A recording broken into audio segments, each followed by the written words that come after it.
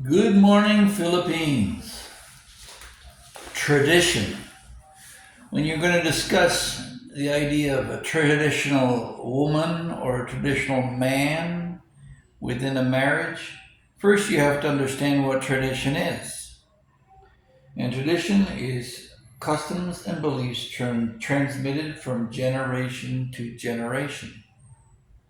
So you have to learn this from mom and pop, who learned it from grandma and grandpa, etc., etc.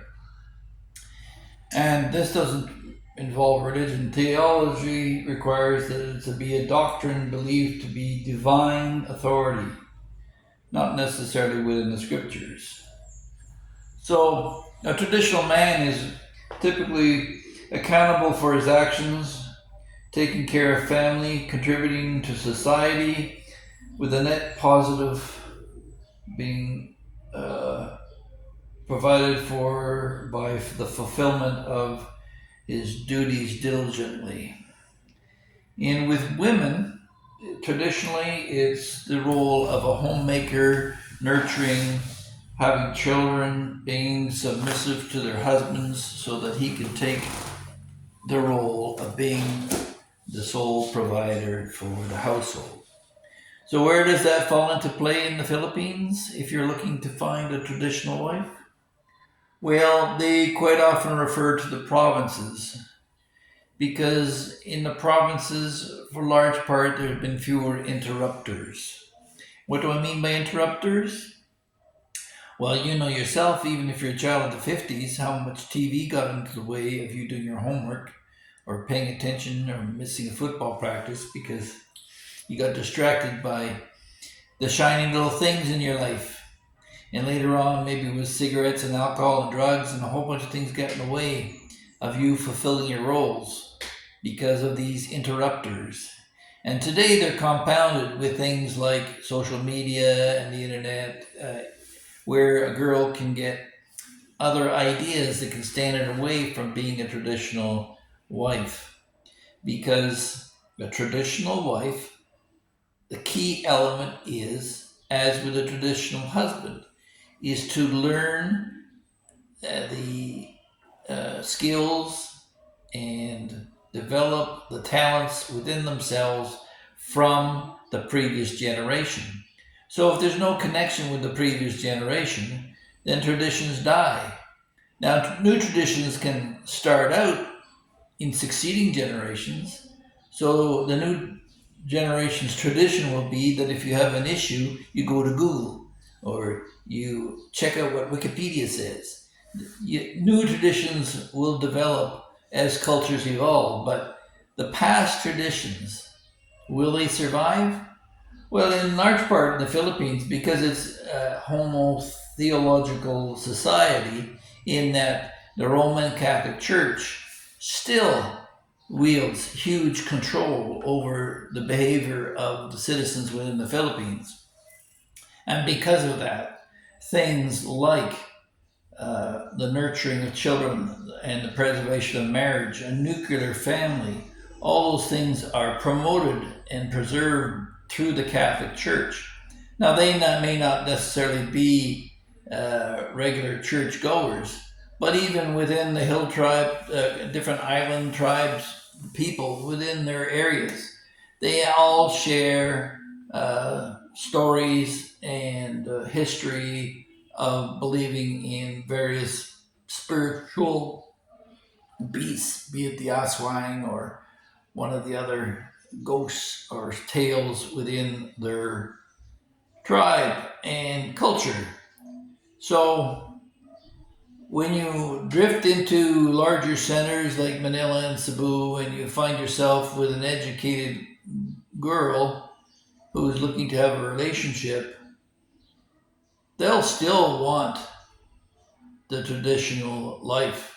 They may be doctors or accountants or lawyers. They'll still be close to family. In fact, my lawyer, she lives in her parents' house and is looking to acquire a home of her own one day. But she's well in her 30s. She's got a grown daughter. But family comes first. And the priorities are set right.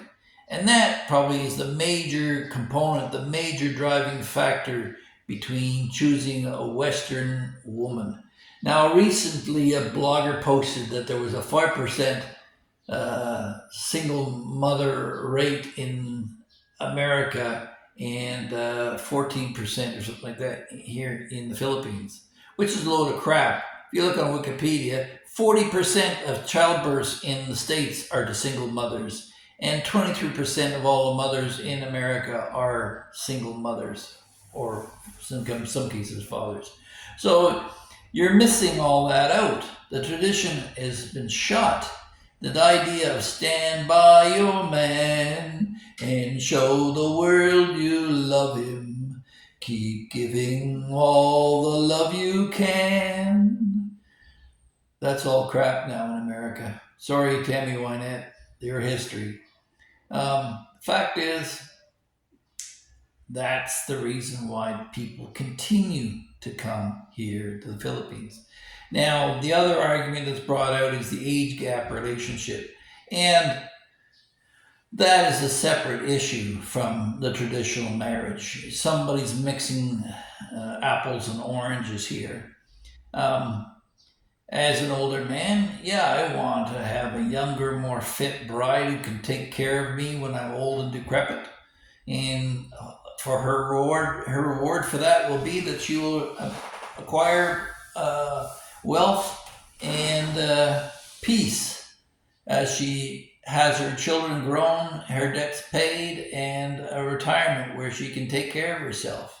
Makes total sense. But that doesn't mean that it counts for everyone.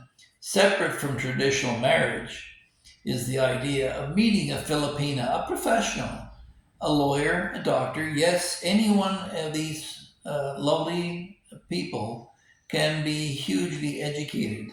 And it should be no surprise to know that while the comment was made that there's far more uh, educated women in the Philippines than there are men holding 4 years of post-secondary education over men. The same is applied in America for years. Women have largely outstripped men in terms of academia, and men tend to go towards trades or other things that don't necessarily involve a huge amount of university uh, studies. So let's keep our apples and our oranges separate. All right? Traditional marriage is what you learn from your parents. And if your parents were pieces of shit, you'll learn to raise your kids like pieces of shit, and your society will degrade. But if your parents taught you the importance of loyalty, fidelity, trust, honor, and commitment, if your parents taught you all that, that will be passed on to you, and hopefully you will be able to interfere with the interferers before they get to your children, to take their iPhone away from them, to limit their usage of other sources of information, to try and control government's influence over your rights as a parent. And that's what you're going through right now in America. Now there's a war going on between parent teachers associations and their parents with all this woke culture. Your traditions will be gone in this generation, as it's already been degraded previous to, if somebody doesn't step in and do something about it. But that's got to do with tradition, not education or age gap relationships. Those are separate. So, what I would encourage a young man to do is to correspond with a professional Filipina here, knowing that she's far more likely to be settled in her own life and not have this hungry desire to come to America and make her fortune. If she's established here in the major disciplines, doctor, lawyer, accountant, all that, she's far more likely to be able to support her family and be less of a burden to your own income sources. and you can develop a relationship here based upon trust and family. Because, again, despite all claims to the contrary, where 2.3% of Philippine marriages fail. 2.3% of marriages. It's more elevated for those who are just living, as we say in Quebec, à côté, beside each other, not no commitment. That raises to about, I think, 14%. But in North America, first marriage is 50% failure rate, second marriage is 65% failure rate, third marriage 70% failure rate, and then if you want any chance of survival, you worn out piece of whatever is left of you, you'll take your sorry butt over to the Philippines and find a woman who believes in loyalty and support. So there's the difference between a traditional marriage and an age gap relationship, where in a lot of age gap relationships, yes, the senior male is looking to provide and uplift a woman out of poverty and give her children that she can love and nourish, who will have the education that can be afforded through in an age gap relationship that she wouldn't be able to provide with marrying some poor Philippine boy. So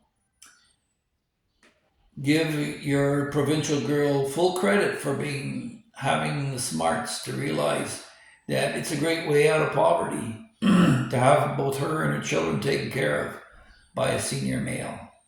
So if you enjoyed this, even if you didn't, let me know. Thumbs up, thumbs down. And don't forget to like, share, and subscribe. And we'll catch you in the next one. God bless. Bye bye.